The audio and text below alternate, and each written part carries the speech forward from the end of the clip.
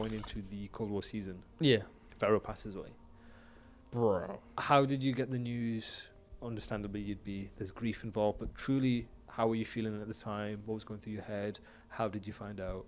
We were going to fly somewhere. And then he was supposed to get on a flight, but he didn't get on the flight. Yeah. And I just remember, like, we thought he had COVID, like he was sick. Mm-hmm. So, like, we were like, oh, it's fine. And, like, I just randomly telling my girl, she looked at me, babe. And then she told me, I was like, what the fuck? Like, Yeah. I felt like I was just numb after that. Like, that's probably the first time I've cried probably in, like, since I was a kid. Yeah. Like, I was, like, actually shaking. It was crazy. Yo, guys, for all those tuning in, episode number 2 of the Regain podcast. Here with me is my Mexican Latin brother, Cesar Skyz Shake my hand. Bueno, main AR for New York Subliners. Welcome. Hello, handsome. How are you? I should be asking you that. Thank you for having me, man. I'm doing fantastic. How are you? Did I say how are you? Or did I say thank you for having me? You said both. I said both? Yeah, you did. But how are you? Let's move on. I'm very mad Why are you mad? because I got torched an hour and 45 minutes. Can you say by who? Minnesota Rocker. And why did they torch? And then they left after hard points. That's shameful. Did you guys know I wake up at 9:45 a.m.? And why is that? Because I'm locked in. Because he's locked in. And how do I know that? What do you fill in every day? Performance buff. Hand stretches. Performance buff? An hour and a half every Hand stretches. for 4 days a week. Correct. Extra. Right. So, Caesar, Yes. as we did in our previous episode, I want to know a little bit about you. I want you to show the viewers who are watching this right now, who may not know about Cesar Skyz Bueno. Tell me a bit about your history. You can go as detailed as you want, but how did you get into COD, where you started, and then to your journey now? How did I got into COD casually or just in general? Yeah, you can. Yeah, how did you get into COD casually, and then how did that transition into pro play and competitive play? I started in 2005, end of 2005, like 2006ish, and I was like a little 6-year-old playing COD, bro. I started there because my dad brought home a game system, bro, and that's like the first game we had. So we had, what was it, Call of Duty 2 or 3 at the time? It was the first multiplayer one, because like I don't think the second one was multiplayer. Okay. So I started like 2005, 2006. I played it casually, and then I started playing like adventure games like God of War, like that type of stuff. So I didn't really like care for it like that much. I just played on the side. Uh-huh. But, like throughout the years, like I've always got to this point where I just slam pub kids, and then my brother. I can imagine you and your brother just being super toxic in the lobby with your mics. Yeah, they weren't as good as me. Though. They weren't as good as me, but like they would use me as a weapon. So then at the start when you when you were playing casually with your brother, Yeah. right? Did you know that you had this sort of gift? Because you said you were quite good, but did you ever think that, okay, I'm going to do this, I want to take it further at that point? Yeah, I was a squeaker. Okay. I was a squeaker. Nothing went through my head at that time. I was just like playing pubs. Understandable. I was literally just playing pubs, sniping. Bro, that's what sniping was fun back then too. Yeah. Like around the Modern Warfare 2, Modern Warfare 3, all those are godlike at sniping. They were so fun. The community was crazy. But I usually play casually. So like I said, my brothers always just wake me up in the middle of the night, like, yo, beat these guys. And I wouldn't even sleep for school. So like I knew like I was really good at that because like my brothers, like they played just as much as me. And then I remember being a kid and I would cry to my mom when they tried taking the game from me. And then I just kept stacking the hours. But like the first kind of competitive thing that I played was like the Modern Warfare 2 sniping. Right. There was like clan matches and stuff. So like that's like where I got the competitive aspect in the beginning. So I started quick scoping and I'm actually gross, bro. There's so were you making montages when you were sniping with the I wish, because we didn't have like crazy money back then. So like I wanted an HD PVR or a Dazzle so bad. Do you remember those? Dazzle DVC 170. Yeah. Wow. HD PVR, it was a big box. Yeah. I remember that. I wish I had one of those, bro. Because like I wanted to start like content. Like, bro, like the YouTube ad. Did you see the YouTube ad I said? Yeah. Like, I want to join Optic every single bro. Oh my god. I'm fucking just to clarify, Optic the sniping team. The Optic sniping team. Optic sniping team. Fuck you guys. All right, but yeah, I started sniping during the MW2 days. Yeah. I was actually on a really good team, but like it was PS3. So people don't think PS3 kids were good. It was Yeah, like Xbox of course. I was a PS3 kid. Remember like the PS3 versus Xbox? Yeah, but I went to Xbox and I didn't feel the difference. Bro. Yeah, but that's like the first time I ever been competitive. Like, and after that, I was still pretty much casual, just playing pubs. Yeah. Like I started like playing wagers just because my IRL from school, he was already playing wagers. I didn't really care for it. Yeah. So he started making me play $1 wagers with him, XP matches, and then the you know how they used to have like these playoffs, like top 32 teams, and they just play this big tournament. Right. So I would play with him in that, and then I would always like carry him, but like he was humble, so he was like, "Yo, you're too good. Don't play with me. Don't play with me anywhere, bro. Trust me." Like he tried to make me pursue to go pro. Like I didn't really care about going pro until he like convinced me, kind of. That's Lean, the one that was driving us around. Oh, that's him. Okay. So he pushed you to. So for context, he was at Major 3. That was the first time meeting him. Shout out to him. So how did you balance school? How did you balance the parents? I'm assuming your parents were on your case. You're very young. Were they cool about this thing? About you putting time into playing Call of Duty, whether that's just competing or casually, but were they always on board? Because for me, my parents were like, you have to study first.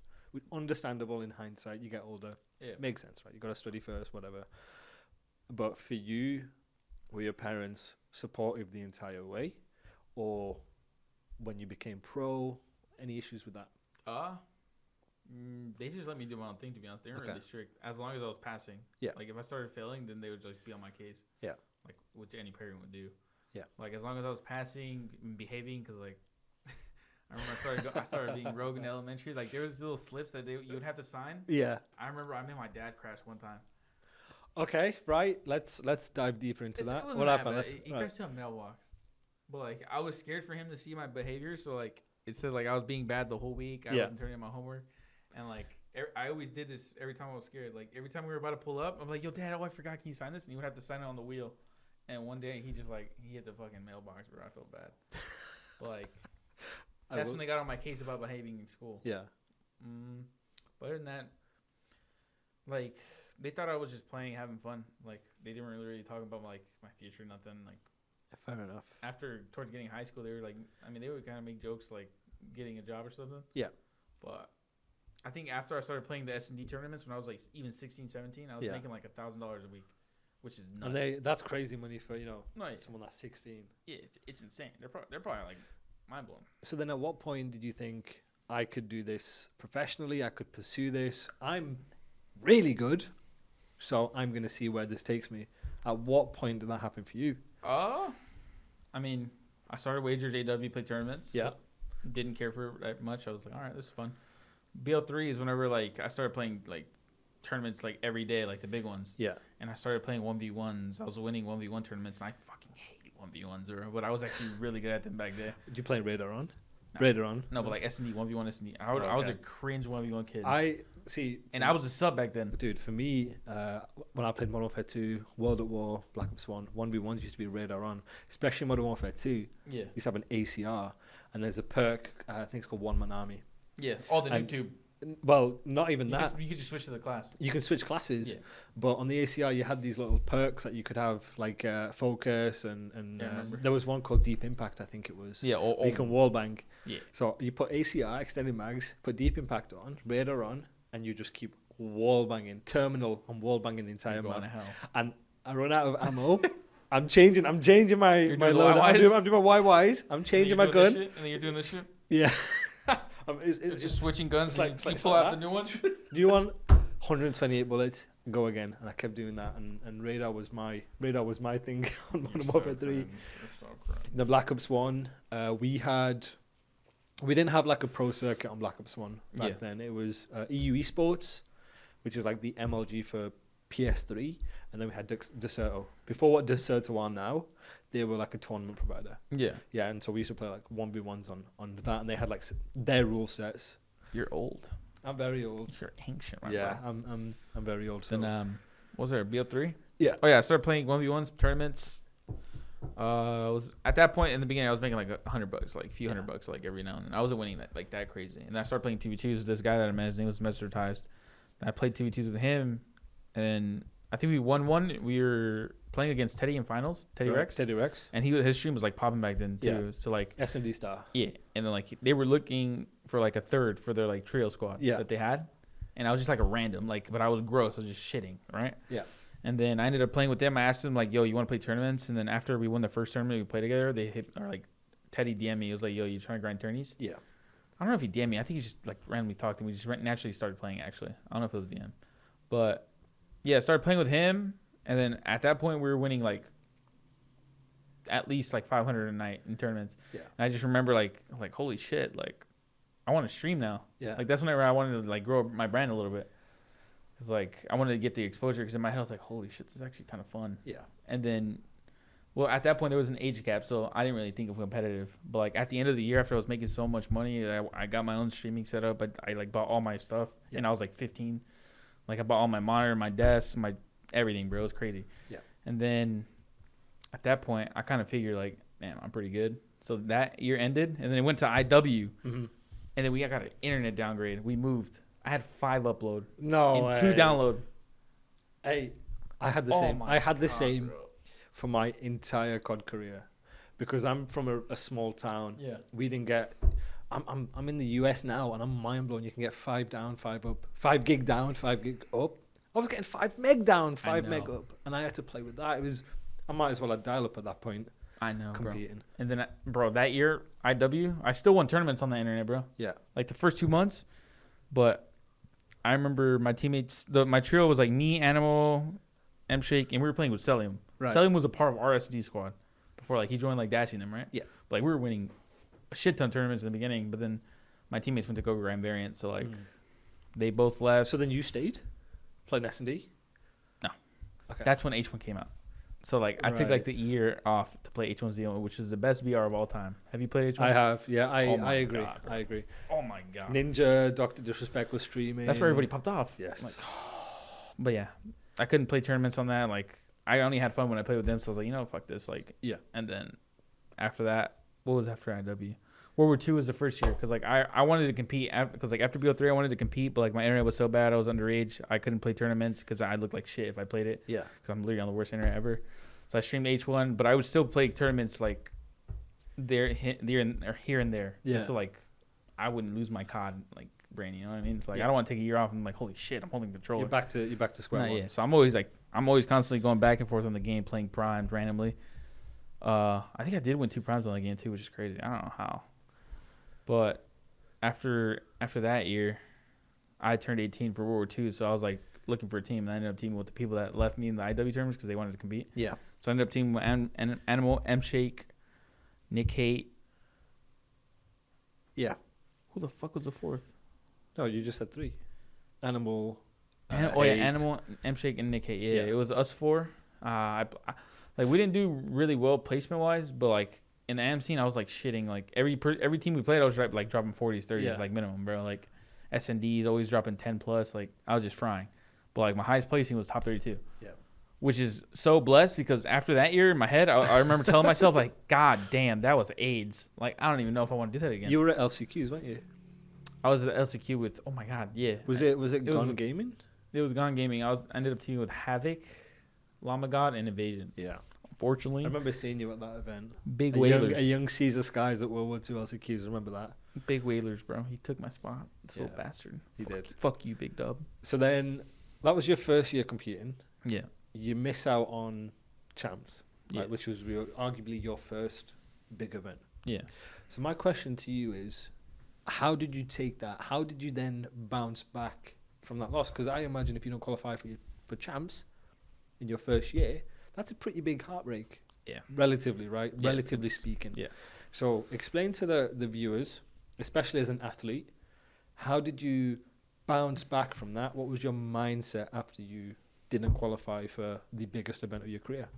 I was obviously pretty down bad, like, because placing top 32, and then like after that I was getting top 40, top 64, but like individually I was just shitting. Like it was frustrating because like I couldn't get any results. We couldn't make champs. Like, and after that year I was like, low key, this next year if it goes the same way, I'm not playing, bro. Like, that was stressful. But then luckily spoof. Like they were the best like amateur team during World War II as well. Like Yeah. it was GGA Orange. It was like IW that was. No. GGA. It was World War II. GGEA Orange, and then they had blue. No, they were on Orange in World War II as well. That was yeah. But they were on ALG. Because on IW. they beat me at the IW Champs Allegiance. Oh, so they were GGA Orange for 2 years? Yeah, but they were initially, I think they were GGA Orange, then they were Allegiance, and then back to GGA. Oh yeah, it was back and forth. Yeah. Yeah, but those guys hit me up. But like they're probably they were the most consistent AM team in like the past 2 years before that. And they hit me up, and I was actually mind blown. I was like, damn, like the top 2 team, like AM team, maybe the best. Like just fucking hit me up, and I was placing top 40. In my head, I was like, holy shit. And my dumbass is so nice that I almost stayed with another team. That's a mistake. Bro, I know it was gonna be. I was gonna team with me, Gorgo, Holler. I have no idea who the fourth was gonna be. I think we were just gonna look for one, bro. And I was like telling, like in my head, I was like, damn, I can't like. I didn't want to leave them because I'm nice. Yeah. But then my senses kicked in. And was like, nah. I was like, nah, I gotta dip, bro. Like I gotta play with these guys. See, I wish I had that mentality when I competed after World War II. Yeah. Because I was way too. I felt like I was way too loyal, way too nice. No, yeah. But there's obviously better opportunities to be a better player. Yeah. I didn't take that because I'm thinking, I don't want to be a dick. But in reality, that's what you have to do. No, yeah, and their perspective too, because like I remember I DM'd them, and then they were like, "Oh, you're fine. Like you just that's an opportunity like you have to take." So like, so that's your first. Would you agree that would be your first good roster? Good, yeah, team, 100% upper end team. How did you ever feel like? Obviously, you had something to prove, right? Being on that roster because of your previous placements or lack of previous placements. Did you feel like you had imposter syndrome, or did you feel like any added pressure when playing with them guys, or did you just fit right in? I just fit right in with them, to be honest. Like they just need somebody who can get kills, bro, and like I can fucking get killed. You know what I mean? Yeah. But like I didn't really have any pressure. Like I never really got in pressure besides that 1v1 versus methods. I swear to God. Yeah. I like blacked out. Like I don't remember that shit. But I do remember it. But like I blacked out. But I don't really get pressure playing video games. It's like yeah. So what do I'm not Reddit gonna say? die in real life or anything. I'm literally having fun and playing a game. Like what's the word that Reddit use? No, not the white zone. Reddit used a word they were memeing the other day that every pro uses to lock in. The flow. Is it the flow? The flow. Flow state? Yeah, let me get state? my flow state. Yeah, Reddit was saying, "Oh, I'm in my flow state. I'm in my flow state." Don't know what a I flow was state always is. in my flow state though. We call it the white zone. Bro, Yeah. when I was silent, I was deadly. You see, today in the first games, Yeah. I was like You were kind good. of mellow today. Yeah. I was Comes with quiet, good. and I was like just pissing. Yeah. Comes with great. Like I just know what's going on. But you're in your flow state. And then I waited white an hour zone. and a half, and then Yeah. So then after you had that team, mm-hmm. you transition over. So this was Black Ops 4. Black Ops 4, yeah. So then after that team, you were in. What did you do next? Oh, And this was this was at the start of Black Ops 4, correct? the Black Ops Early 4, yeah. season. There was like an event in BO or like Vegas. Yeah. It's like to make the Pro League qualifier. Yeah. You had to play something like top 2 in the The groups. play-in, yes. Yeah. And then we did that in Vegas. I I'm not sure. got smoked. I'm gonna be so honest. I was in the plane with Gone Gaming, right? We were in the plane for Gone Gaming. We got absolutely destroyed by Tainted Minds. No. Yeah, it was bad. Tainted Minds? It was. I'm telling you, it was bad. I've never seen shoulders like it. Shoulders? They were hitting. They were 'cause Gen G? Like you- they were you- early Gen G? Bro, World War II, you can't really hit shoulders. Yeah. Because you die like that. But this one, you can just do 150 this. health, yeah. I have never seen team shots and bait and switches with 150 health like that. They were team? Like they were so good. I think they were one of the first teams that I played.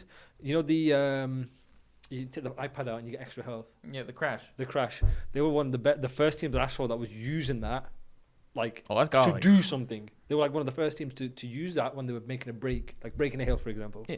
That's godlike. With like a grapple and a grab slam, Oh, like good luck. combining it. Mind blown. Because in Europe we were kind of a bit behind, Yeah. right? We But had like those guys were ahead. They were ahead somehow. Aussies, right? Slammed. And then I think we played Pittsburgh Knights, and that was Haggie's team. Oh. Yeah, so- Damn. It was like Pander. Panda, got her ex. Haggie, got our X. Yeah, we got slammed by them. So No, we don't man. make pool play. And then I forgot who we played. I think we beat Red Reserve. That's all I remember. it was Yeah, we went to the Plurry qualifier. We went like 3-2 in the pools. Oh, we played EG. Bro, I remember like we already qualified, so like we were like kind of trolling the last match. Yeah. They were shit talking us so bad. They already qualified too, and in my head I'm like, "What's going on? Like we already made the league. We're chilling." So yeah, so you're with that team. Yeah. You then, just for timeline, start a Black Ops 4. You make it into the play-in tournament for the Pro League. You make it through to then you're now The legit way on LAN. on LAN. Yeah, I feel like I'm one of the only S&D kids that actually had to do it in that way. like on LAN. Bro, because I feel like the other S&D kids, they all have like their high, like Yeah. people praise them like they're good, like they're all up and comers. I feel like You've that actually proved IW. it. I feel like that IW year because like I took off in H1, like Yeah. they kind of like didn't make my name as popping as the other players. Yeah. It's like I feel like I had to grind my way to like actually make the league. Yeah. Because I never got like a chance like, oh, this team's struggling, like come pick me up, trust. Yeah. But I had to literally team like you had to make I had a team with like people that weren't placing good. I mean, we're all good individually, but like we just had no team. Right? of course. Like I love those guys. Those guys are nasty. But I had a team from the bottom of the amateur scene and just grind my way all the way to the top, make the league my own way. Yeah. But like other people, they just got like their rings. Like I I take imagine- pride in that shit. I imagine that feels amazing. No, right? God, no, it's no godlike. handout, Like, no yeah, like, I handout. don't You had fucking need a to, handout, yeah. yeah, you earned that the Yeah. entire way on LAN. Yeah. No one's giving you, Godlike. gifting you a spot. So, in going into the Pro League, what was the team that you were on?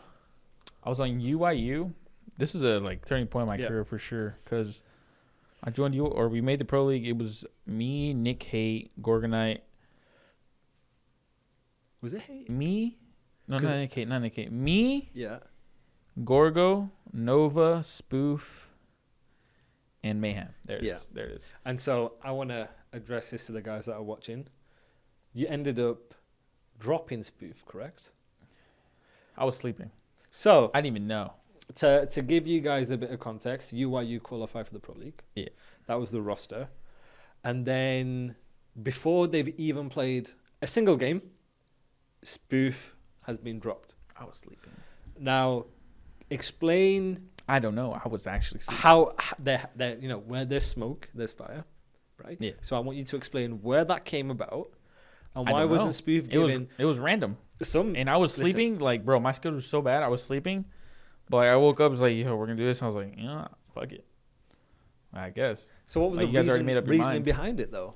I actually don't know. You don't have to name names, but Bro, I what genuinely was- don't know. I don't remember. 'Cause- Like, I just remember, like, bro, this is why it's a turning point in my career. Because I Yeah. feel like I didn't give effort a lot on that team. Because Yeah. I got kind of lazy. So, like, it kind of opened my eyes after getting dropped. But, like, I was lazy. Like, my schedule was fucking dog shit. So, I actually, like, that's probably why they didn't tell me. They probably thought I didn't care. Like, yo, we're going to do this. And I was like, when they told me, I was like, I mean, if you guys already made up your mind, might as well. Or you, Yeah, there's no point in like, because talking about it. for me, in the moment, I felt That's like fucked. that was No, that's fucked. arguably the worst. Like someone has been sort of like screwed over. Yeah. The greatest injustice in COD history. Oh, The yeah. Spoof getting dropped without a single game. He didn't get to like prove himself. Nothing Yeah. like oh, I'm fucking here. I'm fucking gross. His career could have changed from Oh, that. yeah. From that. What if he was like fucking gross and Disgusting, he could be yeah. on the team right now? Yeah. Like it's what if. So who do you pick up then? So for Spoof. Oh no. So you drop Spoof. Spoof and you pick up who? Gorgonite. Gorgonite. Wait, no, was it Gorgonite? I can't remember who Because it was. it was me in the beginning. It was me, Gorgo, Nick Haight. No, not Nick Proto. I think we picked up Proto. Okay. Yeah. Yeah, we got Proto. For some reason, I was thinking Envoy, but I think Envoy got picked up before the play-ins on midnight. Yeah, midnight. Yeah. Because they dropped. Who did they drop? They dropped Jet Li, I think. If Yeah. I remember. Jumped at least. So yeah. Anyway, that's interesting. So how did you do in the Pro League then? This is your first Well, in the beginning. crack at the big league, right? Yeah. What was just to summarize? What were your thoughts on that? Your feelings on that? Well, like I said, I was lazy. I got humbled. Yeah. Because I didn't try. But I was literally like a walking .9 and I didn't really give a fuck. Like we would lose, I wouldn't feel emotion. I was like, I was just fucking lazy, bro. So then, And then it ended up getting me dropped, but like I wasn't like giving my full potential, so of course I was gonna get So, fucking pissed on. from you a know what I mean? performance standpoint, Yeah. you would then say to the guys that are watching, Yeah. very important, you keep on top of your sleep, Oh yeah. your diet. So now do you have like a true, at that moment, did you have a true appreciation of like how the outside factors can affect in-game at that time? I was just, bro. I was literally. I think that year after I got dropped, I literally played 16 hours a day. Yeah. Bro, it was 12, 13 Yeah. hours a day. So every night I would sleep like 5-6 hours, but I'd fry because I'd be playing so much of the fucking game and I'd just be so turned. Yeah. So like after I got dropped, it like kind of like motivated me like, well, like I was gonna quit there again because like I fucked up. Like I'm a fucking idiot, right?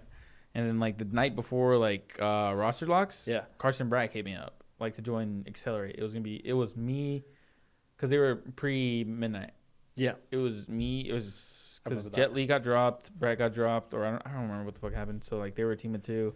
They hit me up. So it was me, Bragg, Jet Li, Profizi, and Emery's. Emery's a go. And Mike that's is, a good ass fucking Mike is one of the best teammates I've ever worked with. Straight up. So unselfish, bro. He could be across the map, bro, and I'd be like, "Yo, somebody bait for me. I'm coming, bro." Pistol out, bro. Just like I'm coming, and he just go for me, bro. His jump sliding, his G sliding his way there. I'm gonna die for you, bro. No, I love Mike. Yeah, amazing team. But yeah, what the fuck were we talking about? Yeah, that was oh yeah, so like that was like my regain team, like Accelerate, and then I was just fucking pissing, bro. I just remember being on that roster, like people thought we were ass, but like we would like beat the top, like some top teams like randomly, bro, like here and there. Yeah, it's not like we were shit. Like we'd always get top team scrims. Like we'd always scrim phase because like were they called phase? Were they still phase? They were. Was it BZ in them? Yeah, United. No, United. BZ and Simple United. Yeah, they'd always scrim us, and like we'd always like be close with the maps because I think it's like scrimming us because we were fucking turn. Yeah. And like we actually had really good teamwork. Like that's probably like, one of the best teamworks I've had on a team. Yeah. It's actually pretty crazy. I just don't think we had like the talent to compete like consistently. Yeah. But our teamwork's got like I was frying then like so much on that team. Like everybody just listened. It was got like we had a plan. Everything was amazing. Yeah. And then I teamed with them for like 2 majors. Was it 2 or 3 majors? No, it was 3 majors because the last 2 events were like the playoffs and champs. Yes. So I ended up. Well, the funny thing is like I teamed before. I obviously joined LG, but like before that, like 2 months before that, I tried joining them like a month and a half before, like when they were struggling. Yeah. I DM'd Formal. I was like, "Yo, let me save you," with the winky face. That's why I DM'd them. He didn't respond. No response. Yeah, there we are. No response. A month and a half later, they're struggling, and I'm fucking pissing after Anaheim. Plays top 12 though. You know, this feels bad. Yeah. So I'm pissing in Anaheim. They're struggling, and then after that event, the day after, he responds a month and a half later. He's like, "Still?" question mark. that just made me laugh so fucking hard. But yeah, I had the options between joining Splice. Right. And Splice was Temp and Jerd at the time, correct? Yeah. Splice. Who the fuck else? Envy. It was like Hugh, Aches. Who was that tier? Who's that team? Hugh, Aches, Pharaoh, Decimate, and me. I think that would have been the team. And then LG. But I wanted to join LG because I wanted to team with Matt. Yeah. It's like, before like. So how was it teaming with Matt? He's a good ass teammate. Yeah. Like I'm pretty sure he gets pre-shot a lot, but like he has really good comms. It's like he doesn't rage. He rarely rages. Like and he's always talking about how to get better. He's not a tweaker. No, he's not a tweaker at all. Okay. Like he actually like he could just fucking I don't even know, bro. He could get shit on. And he's always like I just picture him doing this, leaning forward, and just talking about the game. Bro. It was like he's funny, bro. He has like he's got his bottle like this. Yeah. From that. Yeah. The dip. Like, yeah. So guys. Now he was probably top 2 teammate I've had. Like he's actually a really good teammate. And who's the other? I just put you on the spot. Right, you can answer. You can answer that later. Give me like 30 seconds right now. 20 seconds. Probably Emery's. I'm not even trolling. Mike, yeah. Teammate wise, like fucking got like. So then, going into the Modern Warfare season, you get picked up by Florida. Yeah. How does okay? So that's the start of the CDL. Yeah. The inception of the CDL. Yeah. So can you give us an insight on how the negotiations happen? How do you go from the LG to Florida? What was the process like? It wasn't like anything that crazy. I think that's the only team. That's the only team that hit me up after LG, which is I was kind of confused because I was actually frying. Yeah. But the funny thing is, New York actually DM'd me. Like I remember, like they remember these black and white Twitter pictures. Yeah. The before they went to the league, I remember like I got a DM from them. I didn't think it was them, so I responded like late. But I do remember like New York actually hit me up. Fazam's working his magic. Yeah. Yeah. So like I didn't respond to them, and then I responded hella late, so I never got a response back. I was like, fuck, it's all good. And then, but Florida was the only team otherwise besides that hit me up because those guys didn't respond. Yeah.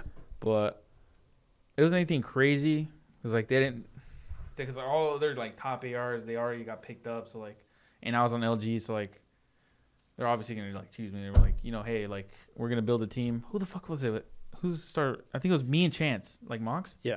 It was me and Mox, and then we started building from there. Okay.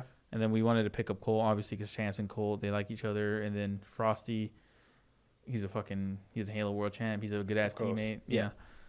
And then who the fuck did we pick up? Who's the last guy? I can't remember the last guy. Who was the last guy? Havoc. Wait, no, wait. I already Was said it Havoc. Cole? Wasn't it Pharaoh? No, we picked up Pharaoh Pharaoh like left it. mid-season. Was it Mike? Pioneers, right? Me, Mox, Havoc, Frosty, bro. Is it Brack? No. No. Bro. Wait, who was? Who was the fifth? It wasn't Nep. It wasn't Brack. It wasn't. Was it Christini? Prestini. Preston. Oh my god. Yeah. Good looks. Yeah. Good shout. Oh my god, that's a good shot or shout, yeah. Good shout. But, Okay. Yeah. I think it was me, Chance. We just built off that, and like we're all like friends with like those Yeah. other players as well, so like it just came together. So then, give me a bit of a summary of a rundown of your Modern Warfare season, because you're on Florida at the time. Mm-hmm. Well, it started off like our team. We're actually pretty good in scrims. Like we were performing a lot. I don't remember like roughly like when did we start winning? Was that after we made the? I think we won with Chance, Was right? That was with. I don't remember that year that much, bro. How many? You won 3? Was Won it 3, 2? yeah. 2 or 3? 3. So they won. We won 3 before we picked up Joe. So I think we won with Chance, but whenever it was like a 2 AR So- meta, like To give the guys context, the Mhm. viewers context, it was home stands. yeah, it was Right. like 8 teams. 4 teams would like miss out on it. So let's start from the beginning. So this was pre-pandemic. Yeah. Correct. So you were going to different events. You're flying a lot. You were flying, but not all 12 teams were attending Yeah. these home stands. It was 8. Yeah. Right. And then the pandemic, the lockdowns. It was after begin. the last Cali event. Okay. So was this in person? The California event was the last one. The one was it Anaheim Was or LA? that? I Did think you it was win LA. after that though? We're onliners. We won 3 Okay. onliners. So you go from LAN. Yeah. Pandemic, lockdowns happen. Yeah. Everything shifts online. Yeah. What was in your head when the pandemic was happening, when it was really kicking off?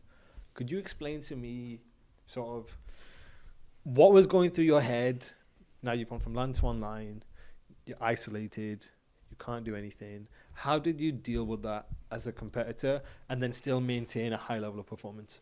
To be honest, I was fucking chilling because Yeah. like at that point, like me and my girl were doing long distance, so like I ended up staying with them because it was going crazy. So, like Right. I didn't want to fly, I didn't want to get COVID. Like we didn't know what it was like that, how crazy it was back then. Yeah.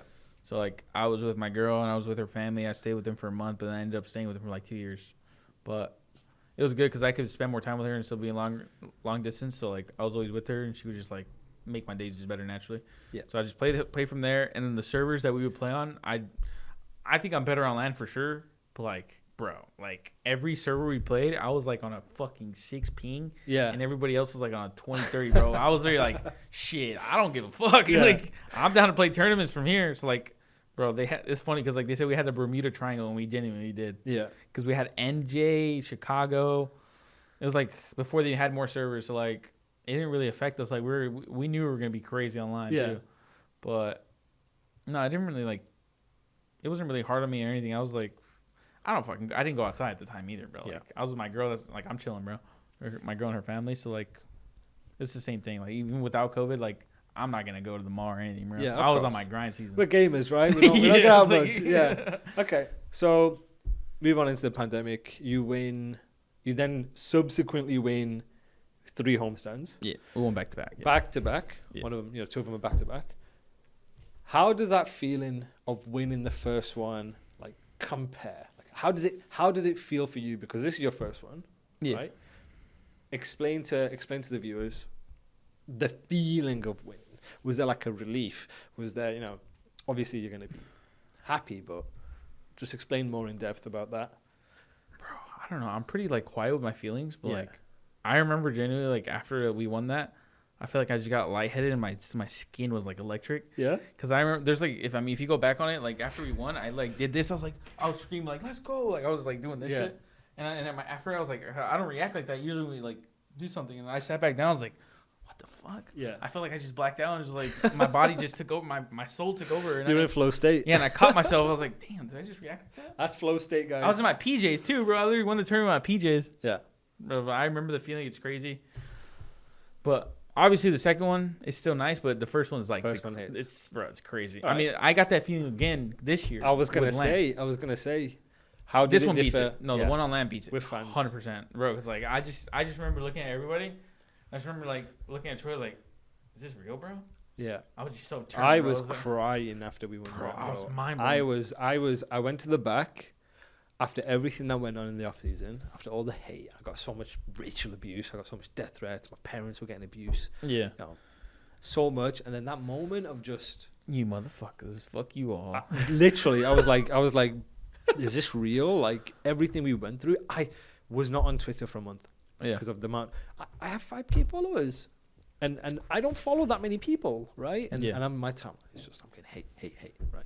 As much as we want to pretend like we're big and strong and we can deal with it, and just it gets annoying. It gets annoying, very. As much as we want to say we're strong and don't be, weak and. It gets to people sometimes. It does. Like me, I'm pretty strong mentally, but I probably at one time like I don't I don't get like sad, but I'm like this fucking moron, bro. Yeah, I'm just like that. I wasn't like upset about it. It was more just very annoying. I was upset when my parents were involved when they were. I'd be pissed. I'd never had that. I'd be fucking that was furious. ridiculous. Yeah, 100%. But but then everything from especially the power rankings and then Reddit's calling for your head and Twitter's calling for I'd make this change. The thing that pissed me off the most. Because, like, before that major, bro, the power rankings the coaches put out. 11th. How bro, we were shitting on teams. I know. In scrims. Bro, I looked at it, I was like, what? And then we were 0-2. Bro, it's like they're just choosing their friends. I swear to God, I don't give a fuck, bro. You guys were choosing your friends in the scrims. But, anyway, we'll talk about that. We're getting a bit off track. But back to the Modern Warfare season. So you win the 3. Yeah. Right? So then I want to go into a bit of detail with you. I think this was the summer, or the September. Yeah. You get the news that going into the Cold War season, Pharaoh passes away. Bro. How did you get the news? Obviously, there was, understandably, there's grief involved, but truly, how were you feeling at the time? What was going through your head? How did you find out? I think we were about to fly. To Florida, literally. Yeah. Trying to do like content or something. I don't know. We were gonna fly somewhere, and then he was supposed to get on a flight, but he didn't get on the flight. Yeah. And I just remember like we thought he had COVID, like he was sick. Mm-hmm. So like we were like, oh, it's fine. And like I just randomly telling my girl, she looked at me, babe, and then she told me. I was like, what the fuck? Like I felt like I was just numb after that. Like that's probably the first time I've cried probably in like since I was a kid. Yeah. Like I was like actually shaking. It was crazy. And then after like the griefing, we obviously had to find out like who we were gonna play with because we had no time. The game was about to come out. Like, so how do you navigate that? Because you're dealing with grief.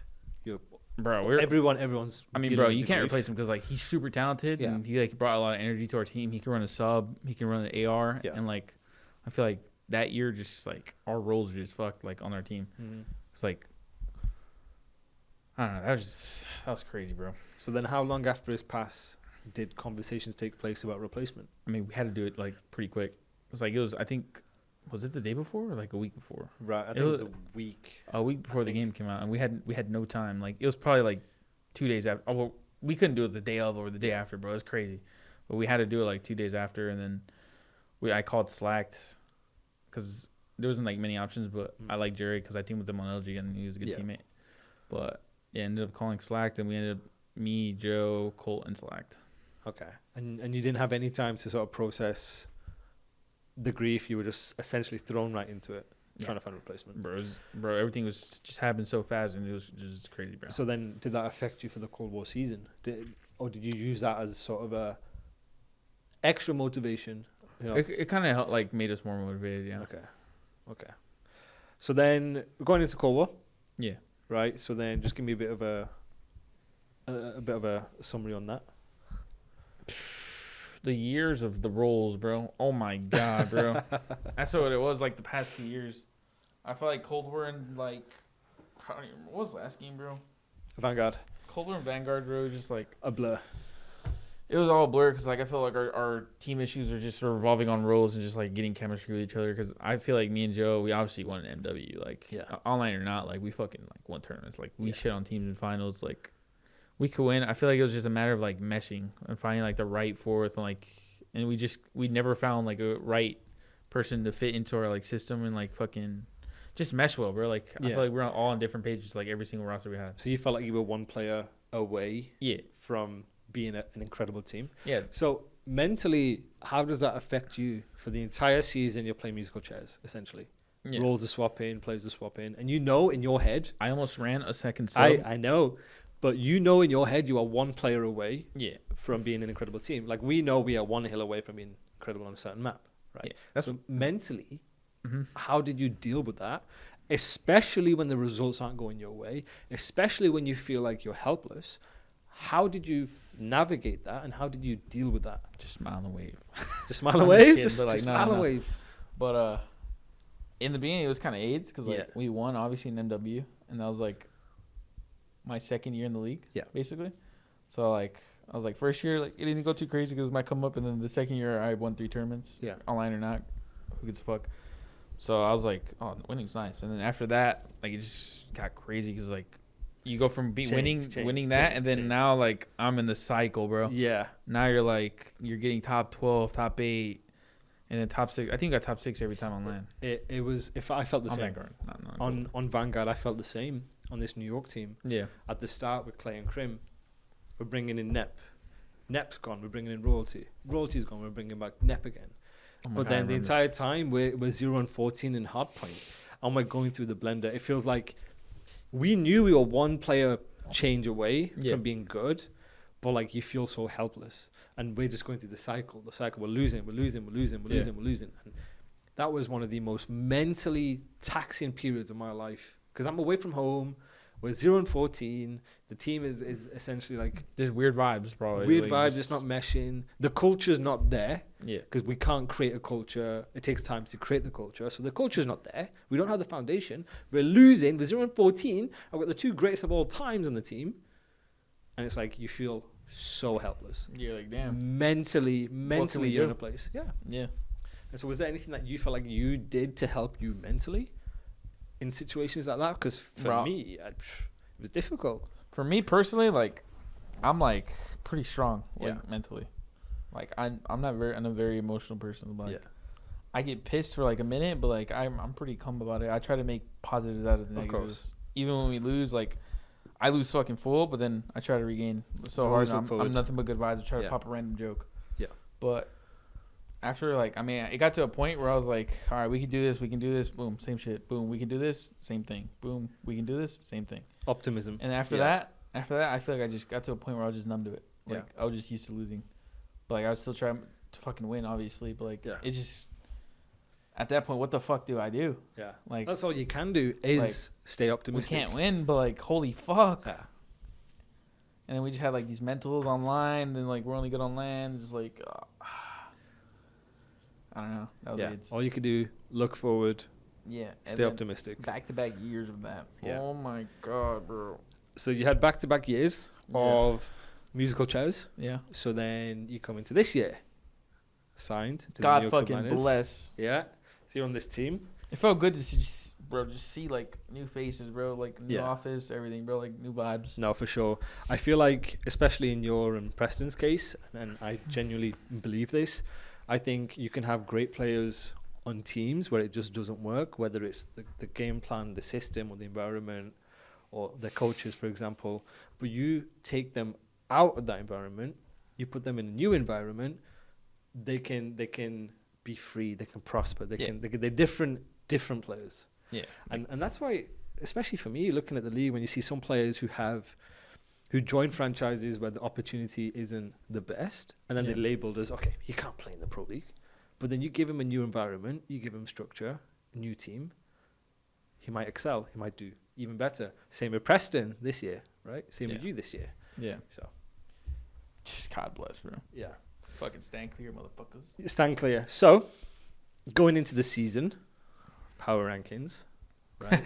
Talk about the power rankings. Everyone on Reddit. I think it just mostly pissed us off. Yeah. Holy fuck. So we felt like we were a lot better than 11th. But we can't argue for scrims, right? We can't say, oh, we're so good in the scrims. I mean, it was just mind blowing because like it's basically off scrims. Like, Yeah. what are you gonna fucking rank it off of? Yeah, Like, bro, we've been scrimming for a month and they were like, oh, 11th. I'm like, 11th. Yeah, huh? no, that did light the fire. Bro. But we start off 0-2, right? We start off 0-2.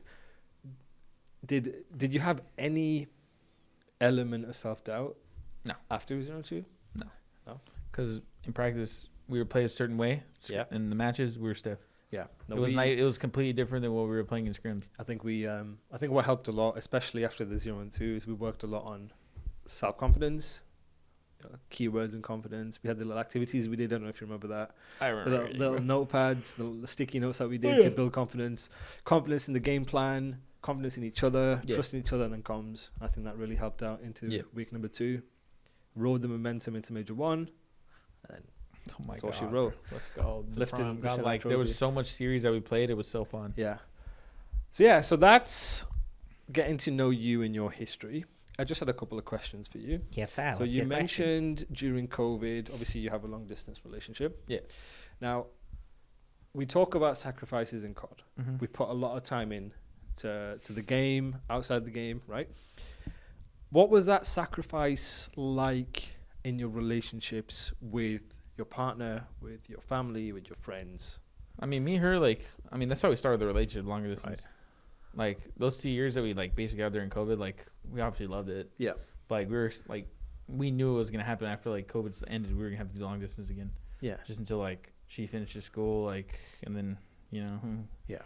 Of course. Ding, ding, ding. Yeah. What? What? But, now we were prepared. I'm, like, we're both used to long distance. We're, like, we support what we're doing. Like, she's focusing on school. I'm playing COD. And we still talk to each other, obviously. Like, yeah. But, like, we know we're doing our own things, and, like, it's all for a purpose. Of course. For our futures. Yeah. But my family, I'm not gonna lie, I'm fucking dog shit at responding. I need to talk to them more for sure. Yeah. So that's one guilt that I have for sure. No, I'm the same. I need to talk to my parents a lot more than I do. I just feel like the time, I feel like it just goes by so fast, bro. Yeah. Like, we wake up at 10, we're in the office for 8 hours, then I want to talk to my girl, and then I gotta stream, and then I gotta go to bed, and it seems like boom, boom, boom, boom. I think it's a strange one for me because I feel like COD esports can be lonely at times. Yeah. But then also you don't have the time to build these relationships, to cultivate these relationships. So for me, example, my parents are 6 hours ahead in the UK. Oh, it's very, very difficult, except for the mornings, to talk to them, to have calls with them. But then the times where sometimes I feel like, okay, I need someone to talk to, because I live on my own, whatever. It's like they're asleep, right? And COD can be sort of a lonely a lonely esports at time. I've lost my train of thought now. COD can be a lonely esports. No, it can be, especially as a coach, because we don't talk to anyone outside, like any competitors. Shout out Matt Fish. Shout out to Fish. Yeah. So we rely on each other. We have this brotherhood ideology. Yeah. Us against the world. We don't talk to. We try not to. Anyone on other teams. They're the enemy. We don't talk to them. I actually only talk to him when I stream. Yeah. It's like, bro, I'm not playing replay alone. No, that's understandable. Fuck that. Outside of that, it's me and my team No, versus no, the yeah. world. So Man, the only time you can talk to family is probably 4 p.m. is probably the cutoff time. yeah, 4 p.m. after that, they're probably like tired and going to bed. definitely. Has there been any other sacrifices that you've had to make to get to where you are? Not really, bro. Like, I was prepared to move from the beginning. Like, Yeah. I'm not really emotional when I moved away. I didn't have like emotions like, oh, I'm gonna miss my family, because Yeah. I mean, obviously I'm gonna miss them, but like, I'm not like, damn, like I'm not gonna get emotional because I'm gone. Like, I know Yeah. it's life. Like, No, understandable. Okay, so now we talked about it earlier about your sleep, Yeah. about the poor diet. Now Mike's chicken. you have the appreciation that a lot of the outside variables like that Mhm. you can control help you in game. So your diet, Yeah. your sleep, right? So you have this appreciation. Sleep is key for It's sure. key. Yeah. Cause I remember there's days where I had like 5 hours of sleep. Yeah. Like, I just hear my comms like from day on, like in my head. I just hear myself call out the way I call out and the way I like play my situation. Yeah. If I'm on 5 hours, I'm fucking doing 360s. Like, what the fuck do I want to hear? Oh, yeah, yeah. And then I'm fucking probably spamming call-outs, too, because I'm like, holy shit, I got to be turned, bro. No. Now you can see, like, without going into detail, without going into specifics, like, how much emphasis we put on our game stuff. Oh, a lot. We put a lot. It's a routine. Sleep. It's a routine because your brain just gets used to it, and then it's going to be used to doing this routine. Like, if you're doing good in scrims, you're getting good sleep. It's just going to be consistent as you can go to the matches. You're eating clean. You're doing your hand stretches. Well, I'm not eating clean. Performance buff. Oh, well, we'll get there. Holy fuck. We will get there. Working out, gym work, sleep. I've got this little Whoop band, and hopefully, I might get one of those. Like, it's worth it. Honestly, it's worth it. You know, if you want to sponsor us, feel free. But I would say definitely. That would be the next step for you guys, is to get you guys one of these. Yeah, because you could, holy shit like that. You can catch us. You can catch us if we're slacking. Yeah, because you get to read it like, hey, like he was awake during this time. Absolutely. Right. Okay. So that's our segment on Cesar Skyz. Now we'll go into something a bit more light. Conspiracy theories. I want you to give me your craziest tinfoil conspiracy theories. Fuck does that mean? So I'll give you an example. Paco believes in aliens. I do too. Okay. The universe is too big. It is. I agree. I believe it as well. But he also said the world's flat. He's a fucking idiot. I'm joking. He didn't say that. If Kyrie said it, I would believe it though. But Kyrie did say it. Kyrie Irving is my king. I believe the earth is flat now. He is. But any other conspiracy theories? Let me think, bro. World is flat. Steel beams. Jet fuel can't melt steel beams. Reptilians. COVID was an inside job.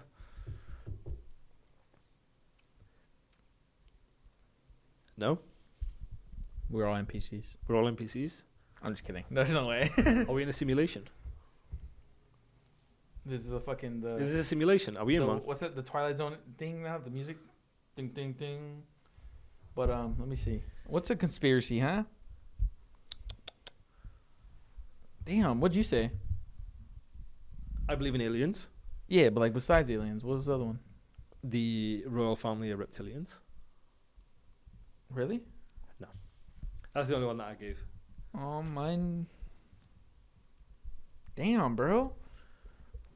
Juan, what's a good conspiracy theory? Do you believe in Bigfoot? No. Loch Ness Monster? No. Okay, I believe there are aliens in the world. Beneath. Currently in the world. In the ocean. In the ocean? Yes. Atlanteans? There's No. There's 60% of the ocean that's not explored. What if there's some crazy shit down there? See, I believe that. I don't know if there could be like there's just like a Mariana Trench. There's yes. Like crazy depths that we can't even go. Because I've seen documentaries where the deeper you go, because of the crushing pressure, it forces the creatures that live there to become enormous.